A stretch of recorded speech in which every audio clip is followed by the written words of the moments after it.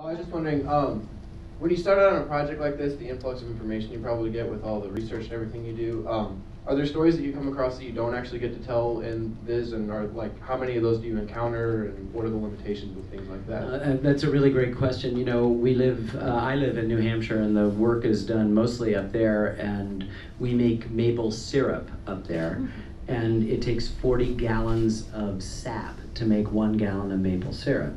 And documentary filmmaking is not too dissimilar, and perhaps I should have used a Kentucky metaphor of distillation in the same way. So our cutting room floor is filled not with bad stuff, but with hundreds of stories that we just couldn't tell, that we didn't have enough room to tell, or the paring down of a story that's 20 minutes in our film. This is 15 minutes that probably was twice as long when we looked at it in the assembly and rough cut. And so for us, the work is always about selection. It's always about discrimination. It's always about saying, boy, we're really drawn to this bootleg story and that bootleg story, and necessarily thousands of other bootleg stories won't get told. But we feel that what you want, and you were talking, Beth, about it at the very beginning, about just the nature of story. This is the way human beings speak to one another. And story is about distillation.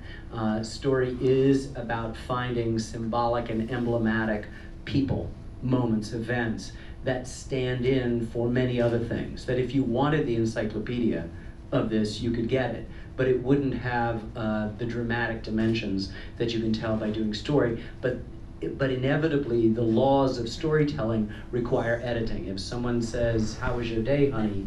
you don't say, "I backed slowly down the driveway, avoiding the garbage can at the curb, went into the street, proceeded up to the corner, turned on the blinker, and pulled into traffic," unless, of course, you got hit by a car at that point. That's exactly the way you tell it. But usually say, "You won't believe what that SOB said to me." And then you go on to tell a story. And so inevitably, what you've edited out, self-edited, are many things that may in and of themselves be central to some other narrative, or may be central to somebody else's story.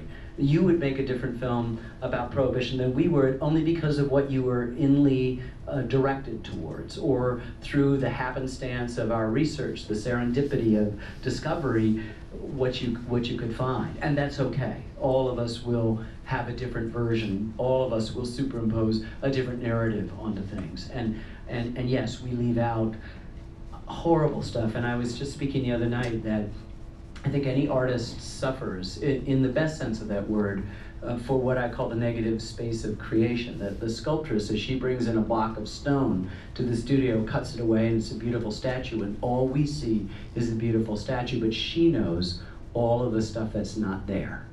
And that's what you have to honor simultaneously with finishing a film, in our case, is all the stuff that's not there. And suffer for that detail, suffer for that other story that but for time or space it would work.